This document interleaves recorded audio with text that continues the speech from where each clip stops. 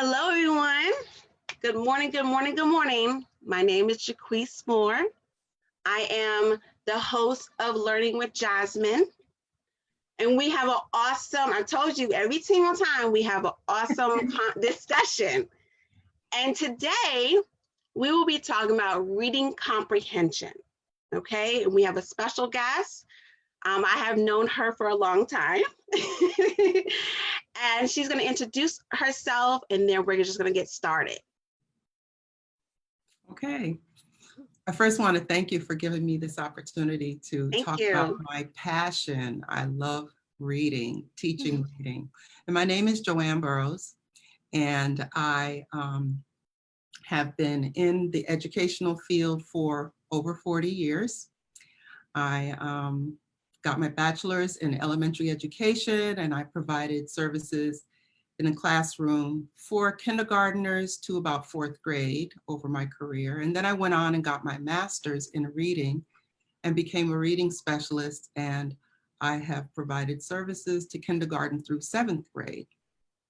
I started off in Boston, Massachusetts, worked there for a few years in both private and public school, relocated to the Maryland, DC, and Virginia area, worked in Alexandria Public Schools for a number of years as a reading specialist, and now I am currently working as a reading specialist in Prince George's County. And I absolutely love teaching reading. Though I am certified through high school, my expertise and my passion is kindergarten through second grade, the primary grades. So thanks again. Yes. Awesome. Thank you for sharing everything. And we're going to get started, you guys. I know that when you hear the word reading, sometimes like, okay, let me just, but we're going to really go into depth about reading and starting from the early stage on to, older, what do we have to do? What is it all about? So first of all, what is early reading intervention? Okay, so early reading intervention is when supplemental support is provided to students, typically your primary age students, when they need extra help in literacy. Now, when I say supplemental, that means that they are getting like a double dose. Their classroom teacher is going to provide them reading services. More than likely, what the teacher will do is divide up their group into maybe 3 or 4 reading groups. And those groups are divided based on need, based on their reading levels. And will provide maybe 20 minutes to 30 minutes of reading instruction to that group. But then a reading specialist or a reading resource person will then either pull the children, small group of children, out of the classroom, or work with them within the classroom, maybe in a corner, pull those children together and provide additional reading services. Typically, it's an intense program where they work with them for maybe 12 to 18 weeks and try and get them to, you address the needs that they have, their weaknesses, they determine what they need, and definitely try to address those. And the instruction will be in the 4 areas: reading, writing, speaking, and listening. Yes. Mm-hmm. And the thing is, when I say primary age, typically, you want to catch the kids before they fall. Some of them, you catch them before they fall even further, because a lot of them may be behind. They may be reading a year or 2 below grade level. So you want to catch them up so that they can be on grade level or as close to grade level as possible. So that's what early reading intervention is. That's the definition. What does entail, we'll talk about later. Yes. Okay, so I actually was listening, and you guys, we were just literally talking over, off live, and I was expressing to her about my daughter Jasmine. For those of you who don't know, this page is about Jasmine, resources, and, you know, of course, professionals talking to us about different things. And one of the things about for Jasmine, she is behind because of speech, you know, not really forming the words. She could not, you know, say words. And so that can't say words, you can't read. And so I know that we talked the surface of it, but I wanted to know, when is the best time to start, even if they're not talking, right? When is the best time for parents to start reading to their children? To be honest, before they're born. Mm-hmm. Many mothers, including myself, started reading while I was carrying my girls. And I think what that does is put you in a habit of what you're going to do once they are born. And when my little ones were in the crib or sitting on my lap, I started reading to them. I started a library before they were born. I had numerous books. Whenever I could get my hand on a book to purchase, I did it and built up quite an extensive library. And I would recommend that moms and dads begin reading to their children as early as possible and continue it even after their children become proficient readers, because it's important for them to know that reading is important to mom and dad. And that's why, you know, we're taking this time to do some reading together, even after they're in middle school. There's no problem with reading with your children, even after they become, you know, good readers. Mm. Mm-hmm. So reading to your children is so important. So when it comes to the reading, and then here again, here's an ESL moment. Even when it comes down to different languages, okay? So you have maybe the English side and you have the Spanish side, or the English side and the French side. And why is that when it comes down to school, when you have a reading specialist pulling the child out? Maybe because of the level, or maybe because of the language, right? The language from one language to another. Why is that so important, to not only just read in Spanish, but read maybe in English, or to even, we have so many apps now that can help, or YouTube, there's so many presenters that read something in Spanish, but also can read something in English too. Why is that so important when it comes down to school? If they're in an English-speaking school or an English-speaking country, the more they read, the better reader they're going to become. They're going to pick up the vocabulary. They're going to be able to reproduce those words, those sounds, and gain a better understanding of the language. Mm-hmm. And also, reading and writing, we know, goes together. So it will also help their writing, forming sentences and paragraphs, and so on. Right. And also conversation. Mm-hmm. Definitely conversation. Like, what did this boy did, reading from the book, and then having a conversation. So again, practicing who, what, when, where, why, how, asking those questions. And we're going to get more into details a little bit further down, what parents can do. We're going to keep going. This is really good, you guys. So there's different stages of reading, right? There's the different stages of reading. And we were just talking about, in most public school system, there is assessment. Can we tie into the stages of reading and maybe the assessment? What does it mean? If there's there's letters, or their numbers might be, right? But what does that mean when it comes? There are basically 4 stages of reading. The first being pre-emergent, emergent, transitional, and fluent. Those are basically the 4 stages of reading. So let's talk about pre-emergent. Pre-emergent is typically what you would find for a child who is in pre-K, okay? Or before they get to kindergarten, before they start formal education, traditional school. So what would that look like? So they may not know all of their letters, okay? And when I say letters, the letter names, probably don't know any letter sounds. Both are important. They don't have an idea about the concept of print. What does that mean?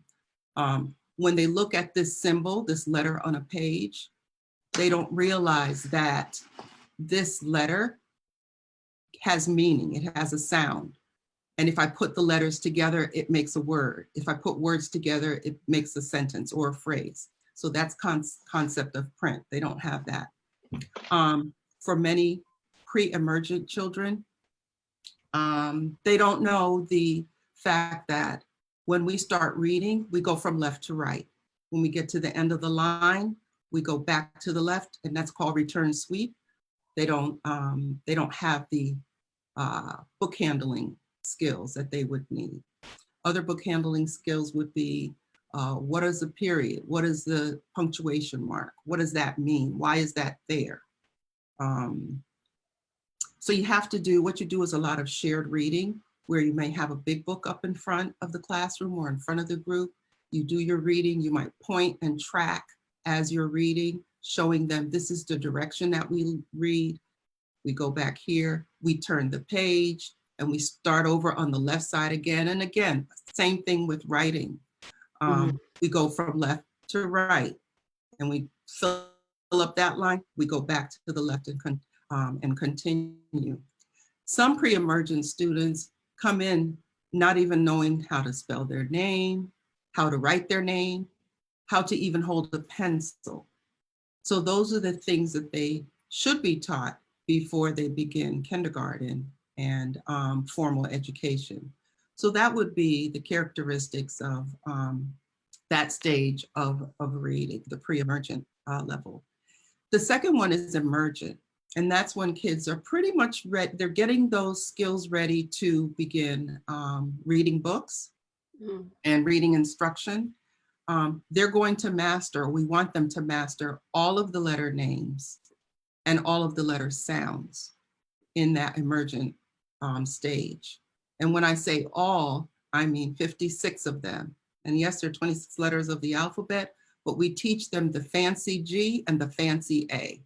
I don't know if you're familiar with the fancy G and the fancy A, because they're going to see it in print. They're going to see the regular lowercase a, and they're going to see the fancy one. Right. And it's uppercase and lowercase, you guys. Uppercase, lowercase, and the two fancy ones, right? Right. So they're going to also get instruction in putting letters together to make words, or word families, like the at, the and, the app. So they're going to learn the families. They're going to start learning sight words. Now, sight words are those words that you wouldn't be able all the time to sound them out to be able to tell what the word is. For example, the word K-N-O-W. That word is no. Well, it starts with a K, but there's a silent letter at the beginning. So researchers have, gone through years and years of study and found that there are certain words that are found in particular levels of reading that repeat over and over and over. And so they have grouped them into kindergarten sight words, first grade sight words, second grade sight words. These are the words that they're going to see over and over. And if they take time to stop and sound out those words or figure out what the words is, it will slow down their reading, it will slow down their fluency, it'll slow down their comprehension. So rather than having them struggle through figuring out what does SAID say, we teach them sight words. These are words that they have to know automatically, okay? And there are a number of ways that we can teach and have them master those words. Okay, let me stop right here, you guys. Okay. I was a little side note. There's a website that has the like flashcards on the computer of sight words. I will also post, I posted before, but I will do it again. On Amazon, it has kindergarten to third or fourth grade, full book, like maybe $30.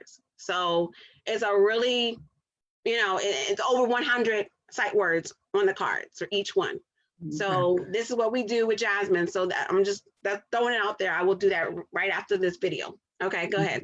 Yeah, there are a number of things that parents can do to help their children with sight words that are really fun and engaging. Yes. And if you make want it a game or everything. Exactly. Games, songs, Mm-hmm. you hit those different modalities, not just visual, not just auditory. You want the kinesthetic, you want the Yes. touchy feeling, You want moving, them to write it. writing, so the more modalities that you hit, the more of an impression it makes, and it's easier for them to master. Good things, yes. Yeah, so typically emergent readers will start off with pattern books where each page, maybe one or two words will change. I see a cat, I see a dog, but then it progresses and of course gets, progressively more difficult, more lines of text on each page, and so forth. Emergent readers, we want them to have one-to-one match. And what I mean by that is when they see the word, they know that word, there's another word next to it, but there's a space in between. Those are two words. And when they see the word, that they say it for each word that they see on the page. Some emergent readers, they want to invent text because they look at the picture. And of course, emergent readers, they use their picture clues. They got a lot of information from pictures, which is fine, but we don't want them to read the pictures. We want them to read the text. Yeah, so right. One-to-one match is also important. In terms of writing, they probably will write maybe one or two sentences with support, okay?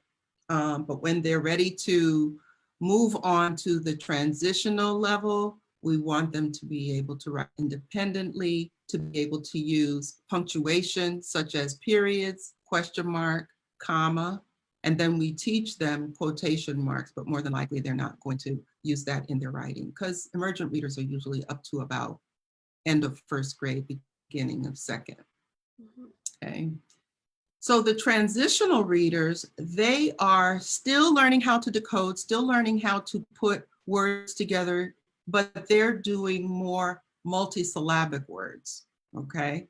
They are looking at words that have lots of syllables in them, trying to take them apart so that they could decode and tell what those words are.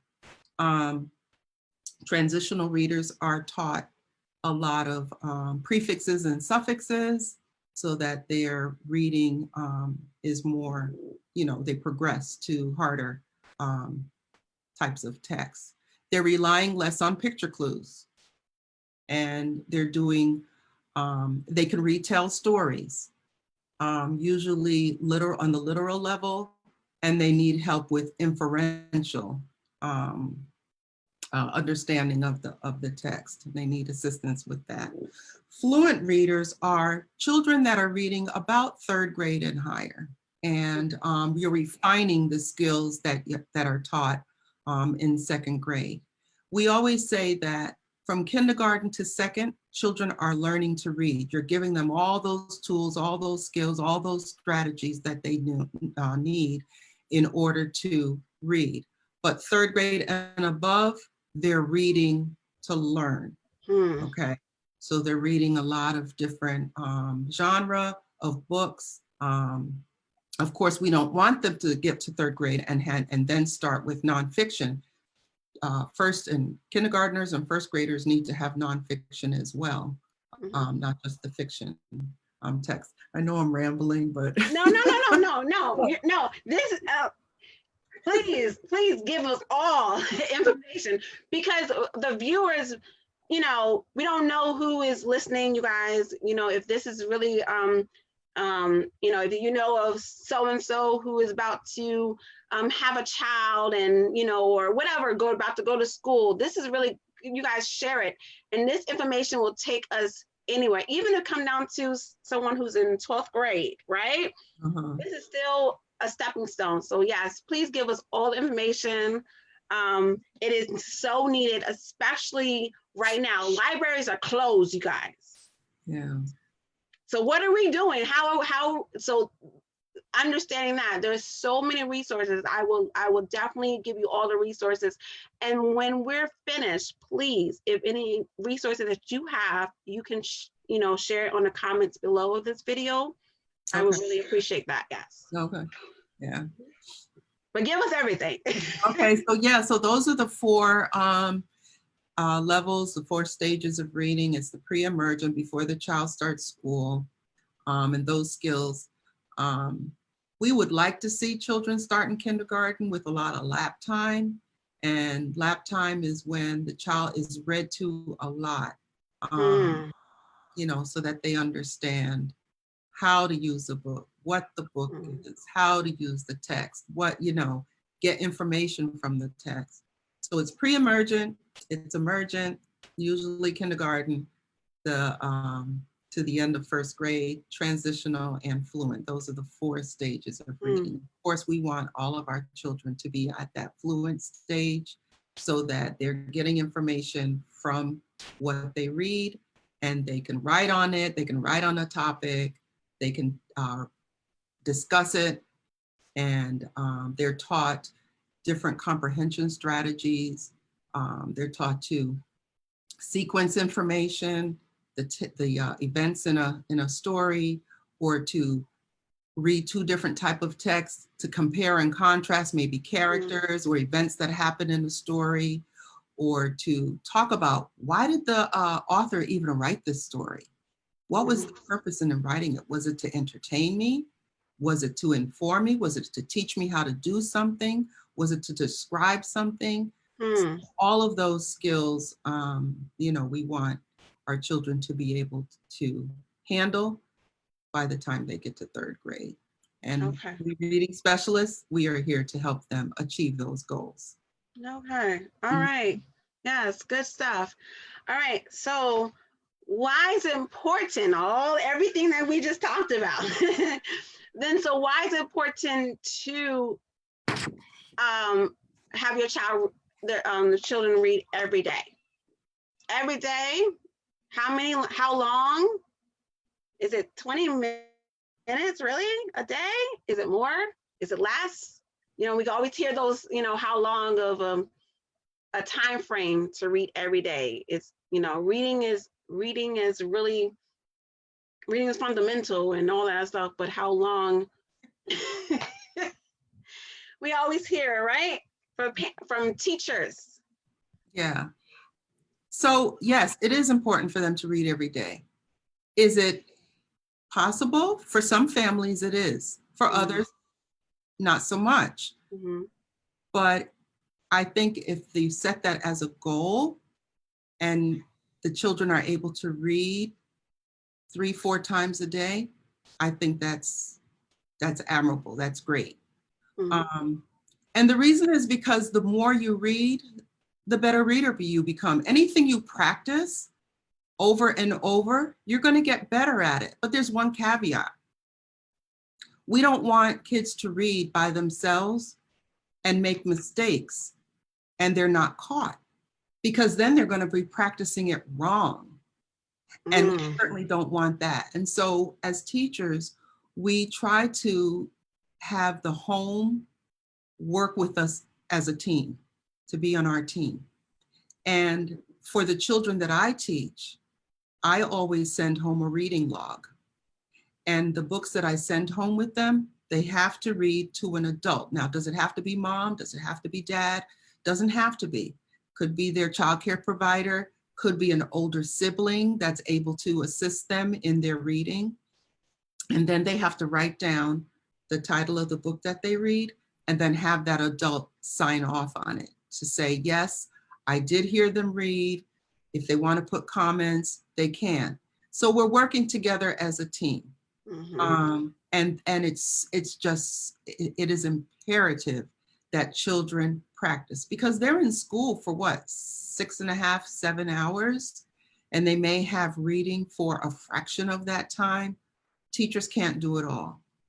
do get time for practice, but within the school day, we would like for the kids to come to the cafeteria and read while they're eating their lunch. More than likely, that's not going to happen. We would like for them to read while they're on the bus going back to school. More than likely, that's not going to happen. They want to have time to socialize with their friends and so forth on the bus. So we insist that they read to their parents or they read to an adult every single evening. It expands their vocabulary, you know. It helps them to improve their fluency. And if they're improving their fluency, if they're reading books over that they've read before, which is fine, have them reread books. They're reading faster. It helps them to understand. It gives them confidence. Wow, look how fast I can read this book. Oh, I'm using expression when I read like the character, make it sound like the character is reading. All of that helps with practicing at home. In many cases, there's a direct correlation with children who do really well early on and their future academic career. There's a direct correlation. So we want to support that and encourage that they read. Look how many subjects in school require reading. You're reading math, you're reading social studies, science, health, PE. When you become an adult, you're reading street signs as you're driving. You're reading to get your driver's license. Reading impacts so many areas of life. And so it is important and is incumbent on the parents to make sure that their children find reading enjoyable and help them understand that reading is a very, very needed and important skill to have. It helps them to broaden their horizons. Okay, so I might not be able to do a lot of traveling, but I certainly can read and find out about all these places that I'll never be able to travel to. And that might even encourage them to do some traveling once they have the opportunity. I found that reading with my girls, it allowed us to have a lot of bonding time. And that's also great. It helps them with writing. I think we mentioned that before, and communication skills. It's just necessary. Now, what we recommend in terms of time is about 15 minutes every evening for kindergartners. And then by the time they're in the intermediate grades, I would say about a half hour of reading. Okay. Yeah. And when you think about it, when children get home from school like 3:30, probably go to bed about 8:30, 9 o'clock. A half hour, 30 minutes is not a lot of time to devote to, reading. I know some of my parents have told me that they have their child sit next to them while they're cooking, and they could glance over and, check out the book, make sure they're reading the right words, or help them with the words that they have. Some parents have told me that they have them read during dinner. If they are fortunate enough to sit down with their family at dinner time and read. Sometimes they have them read then. Oftentimes it's at bedtime.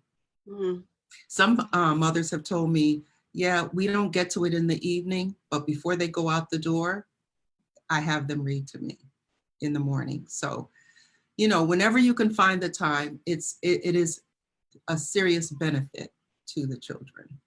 Yeah.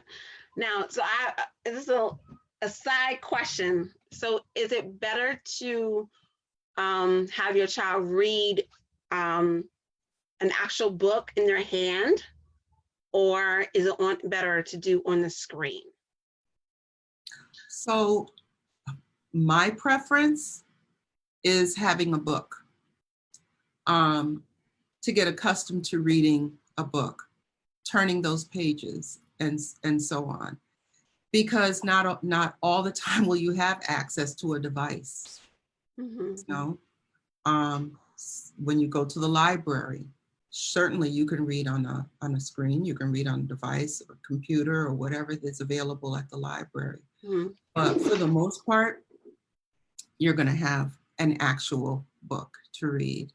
And I feel that for me, I don't like reading on computer. If I have to read over a report, I'll print it out because I like to interact with that paper. I don't know, sometimes my eyes get tired reading on a screen. So my experience with students, it's better for them to read an actual book. But if that's all you have access to, like where everybody's going virtual when school reopens, teachers are going to have the children reading books online. Mhm. So. Okay. Okay. All right. So good stuff, you guys. So I know you've talked about some things about a role of a reading specialist, but anything else you would like to go in depth in how, let's say I'm your student and you pull me out of the classroom, or you put me aside, like you were saying, like, what does that really looks like in a classroom? So first off, as a reading specialist, I don't only work with children. We wear many hats. I also work with the teachers. I will do training, especially new teachers. Mm-hmm. I sometimes help teachers set up their classroom, making sure that they have an area that's devoted to teaching reading. Their books are organized. They have their whiteboard that they may need to use for instruction, that they have all the materials that they need in the area where they're going to teach reading. I do training, teaching teachers how to do effective assessment to determine what their children's strengths are, what are their weaknesses, because they certainly want to use the strength to address their weaknesses. And there are just a variety of things that we do before we even start working with children. Now, the way that I determine and most reading specialists and reading resource people will determine who they're going to work with is we will either take the last assessment for the school year and sort of rank the children to see how they did. And then I will take the children who are the lowest ones on the list, who are not ESOL ones. Those are either newcomers, children who have just come to the country, to our country, and don't have a good grasp of the English language, and special ed students. We are not to take special ed students because they're pulled out with their special ed teacher. So children who have performed below grade level, those are the children that I will take. And then I will give them an assessment. And the assessment will consist of 5 different areas.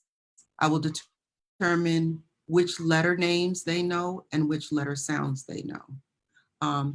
And I do that by putting in front of them a blank sheet of paper that just has the letters on it. And the letters are not in alphabetical order. They're all mixed up. So they have to look at the letter, point to the letter and say, tell me the name of the letter and the sound. So they say A, B, B, H.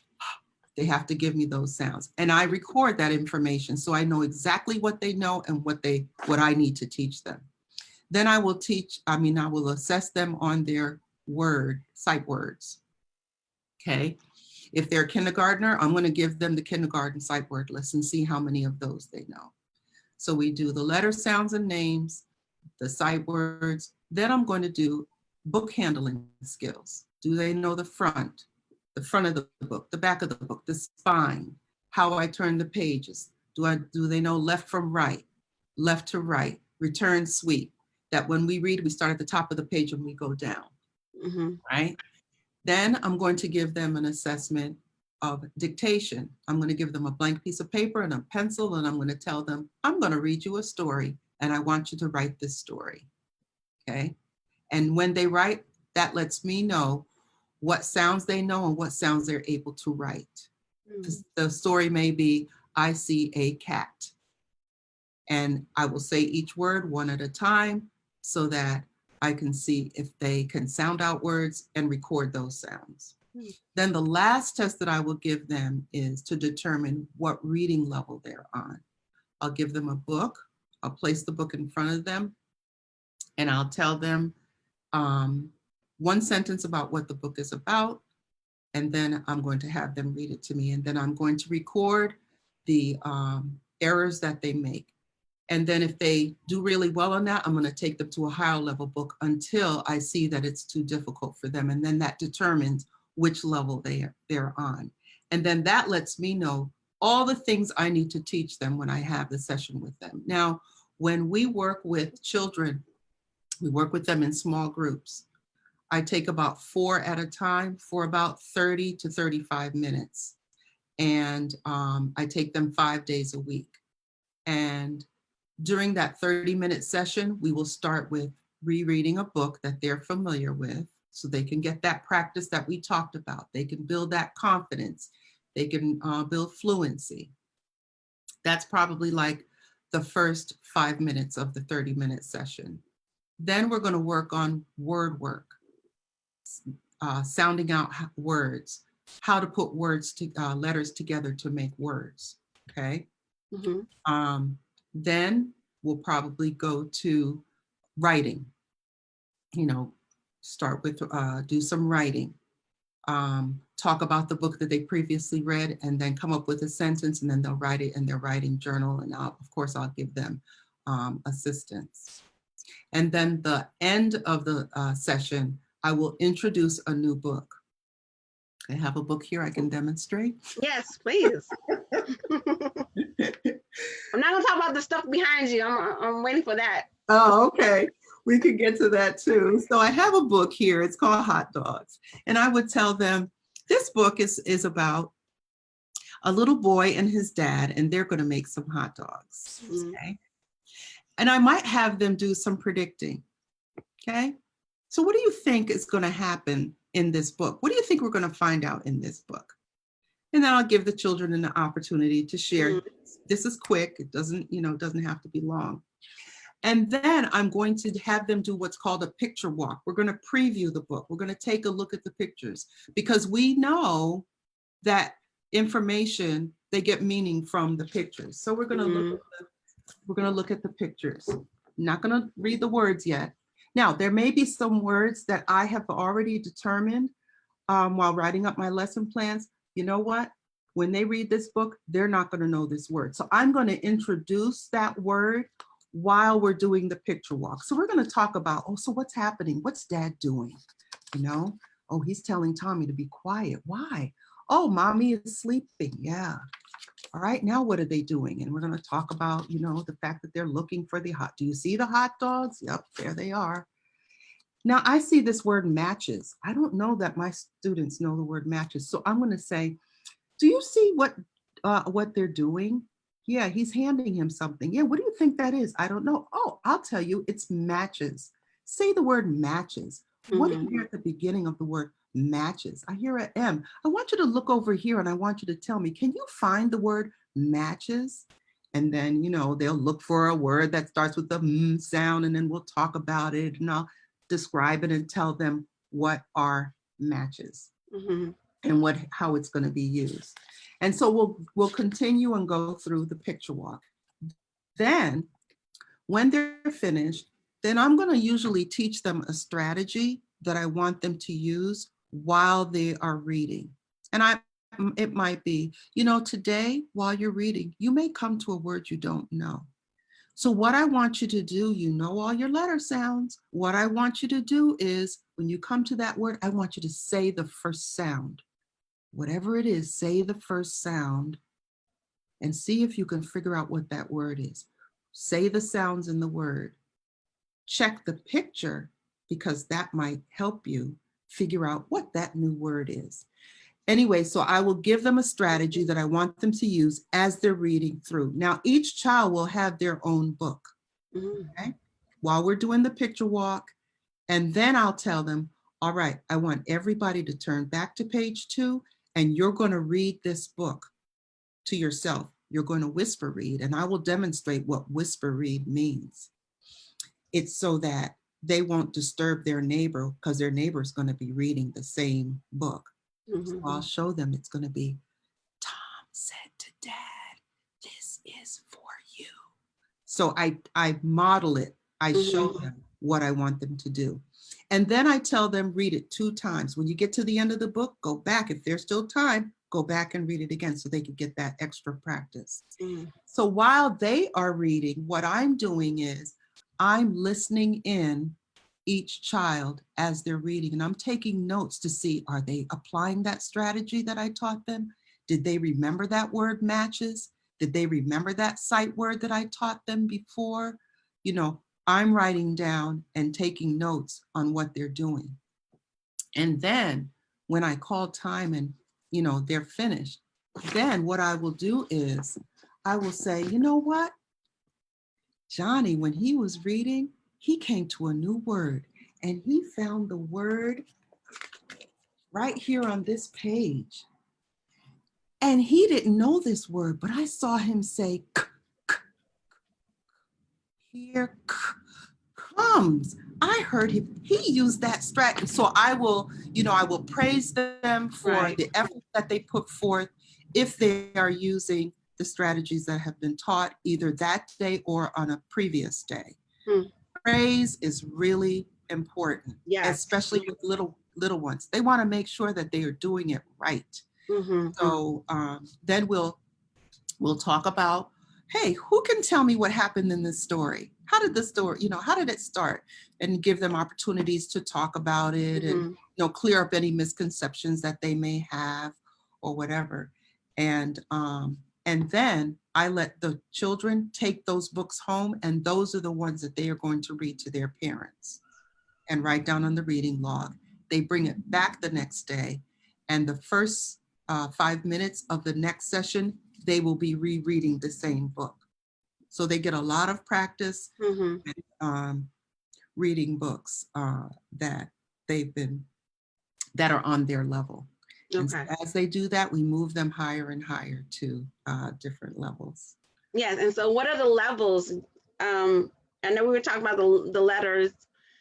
There's like so many, and I can post it, you guys. I definitely can post up the different levels, A, B, C, D, E, and go on all the way for different grades too, right? There's different grades. And I know for a resource, there's a resource closet in almost every school that has lots of books.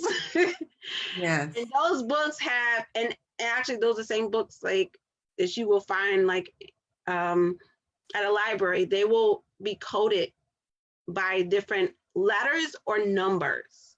So for all the different stages of reading, and also for the assessment, it could be letters or numbers. And that's, so what book was that? What level was that for? This was a level 4, which would be a level D. Now, I can share with you a correlation chart. Yes. And the correlation chart will show you, okay, so for a first grader, yes, we'll be reading a level 4 to, let's say, a level 16, okay?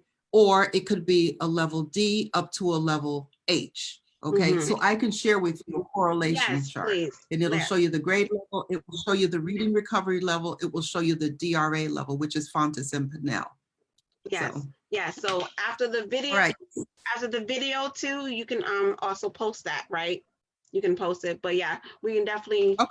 Yeah, you just post it so that all the parents can know and everything. We're gonna move on to the now we talked about everything that goes along with reading, and we definitely need to bring it home. And I like the simple fact that you already stated it, that parents need to do a little bit extra before the child comes to school. Okay, I used to be an early childhood teacher in child care centers. Now, let me tell you, when I say from infant all the way to school age for over 10 years, and when they went to my kindergarten classroom,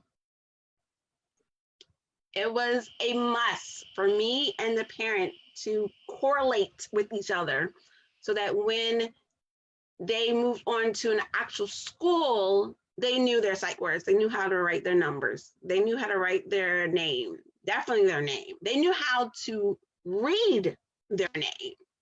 Mhm. Okay. And it's like, oh, I can say Jazzy, but is Jazzy going to be on the board? Probably not, unless I tell the school. But knowing her real name, Jasmine. So what can we do as parents now? Okay, let's say you have not done anything. Okay, whatever, or you've done a lot. Okay, what can parents do now? Today, at this time, we are going to be at home for a while. What can parents do now? So we're going to transition from, okay, we have all this information and now can we bring it home? So I think that's very important to have a connection between, I always say it, a connection between home to school. Mm-hmm. It starts at home, you guys. And I also say that it, again, I will say it again, it, you know, the services that we have for our children in this world, we are so blessed to have services, whether for autism, whether it's not for autism, you know, whatever it is. We are so blessed to have professionals to help our children, to support our children. But it is not enough for the teachers to only do what they do. Mm-hmm. It is our responsibility as parents to do everything and also say, hey, so Jasmine, you know, I was wondering I can talk to you. This is why parent teacher conference is very important, you guys. It's so important, okay? Parent teacher conferences or just having a shoot up email, you know, for okay, I'm gonna talk to Miss Burrows and I talk about Jasmine. It's we need to come together. So here we are, bring it home in our ballpark. What can parents do? What can parents do at home to support our children reading comprehension? So the first thing I would say is that parents need to converse with their children. I mean, have conversations with their children. I go into homes and speak with parents, maybe even at parent-teacher conferences, and I find that they do a guessing game with their kids instead of having their children speak to them in complete sentences. Even the little ones, they'll point at things and they'll say, oh, do you want this? Do you want that? Do you, instead of forcing or making, forcing sounds so negative, making the child, making the child, you know, speak and say exactly what it is they want. It's important for them to have the children talk and help them develop their vocabulary.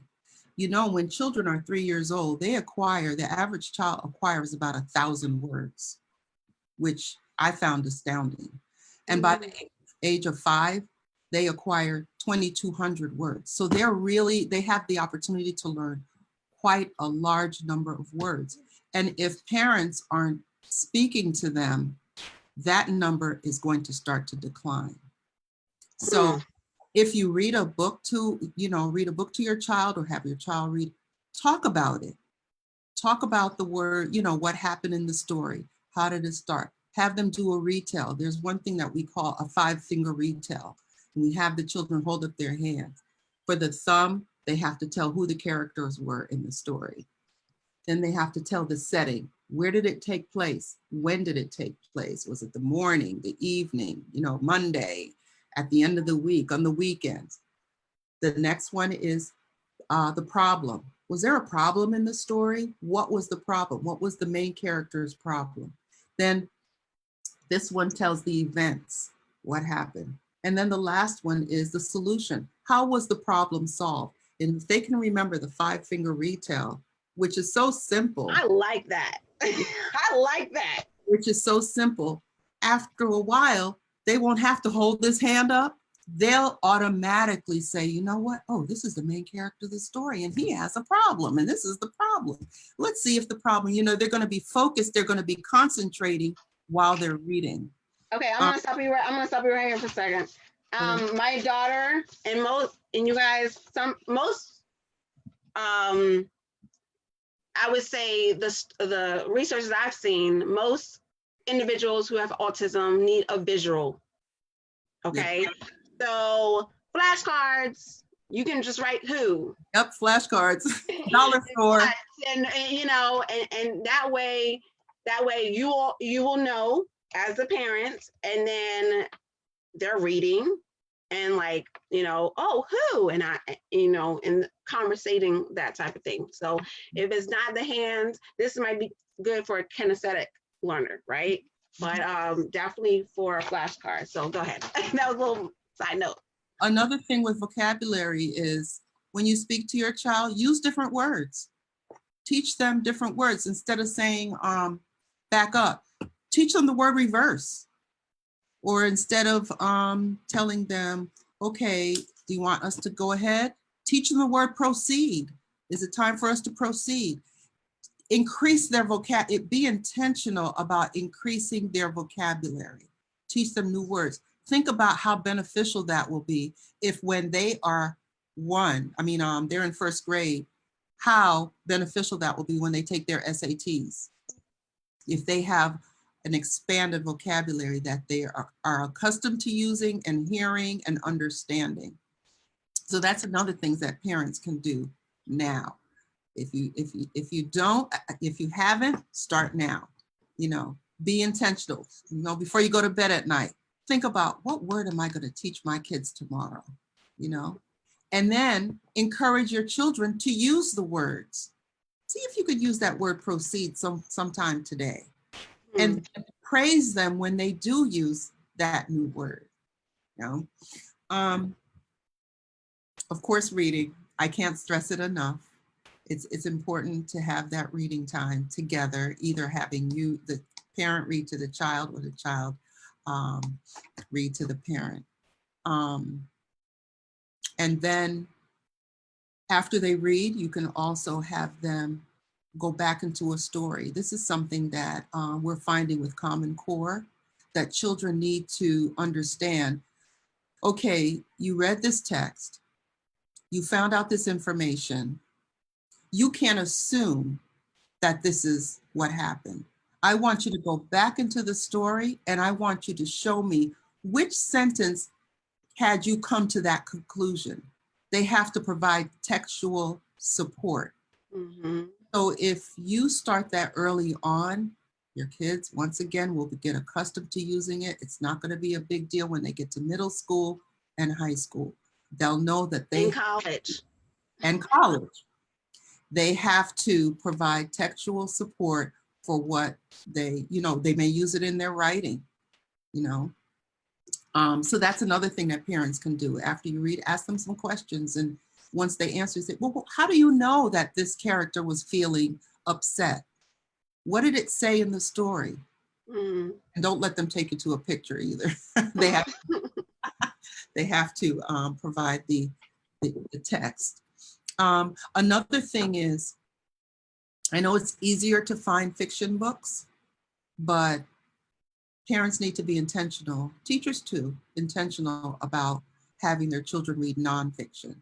Mm-hmm. Again, state tests are using a lot of nonfiction text, and it helps them to learn, a lot of information, factual information, if they start enjoying reading nonfiction books. It also gives kids an opportunity to make connections to their lives, to the world, to other books. They can start comparing, what they've read in several books. So they make connections as well. I mean, there's just so many things that parents can do to help their children, and they need to start, you know, start today, like you Yes. said. Yes. So no matter what age your child is, no matter, how long, or how, limited time, you guys, every day, right? Like she said, every day, every time your child will improve with Right. reading. Right. Yes. So anything else? I know. Yes. I feel the passion. I feel the passion, you guys. I know. Come on, you guys. Yeah. Oh. There are other things that parents can do. For example, if a child comes home and say, I have to learn these 5 sight words, there are a lot of games that parents can play with their kids that you can go to the dollar store and, like you said, get a pack of index cards, Mm-hmm. and they can play the memory game. Mm-hmm. You know?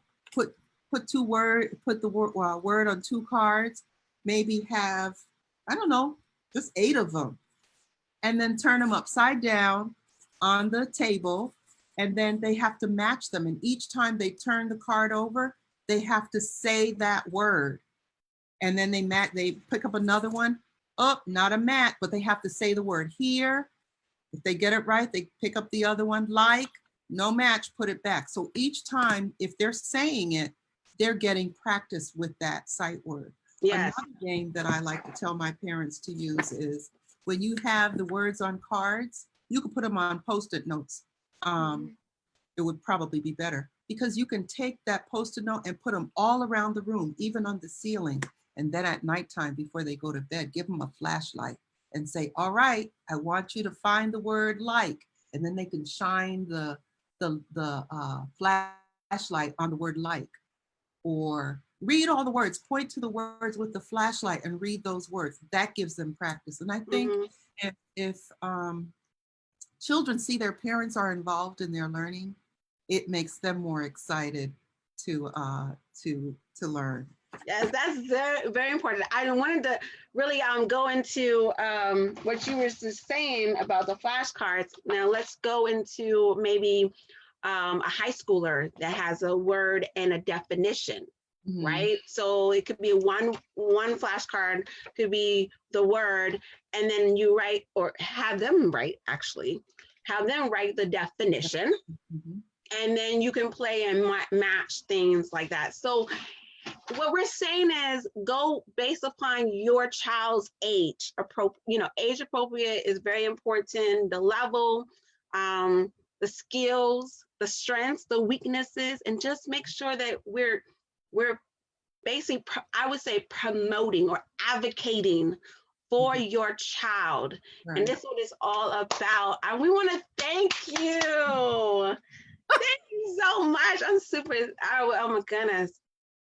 I've been looking forward to this day. So I want to thank you for everything. I'll call you in a few minutes, but I will want to thank you all for listening.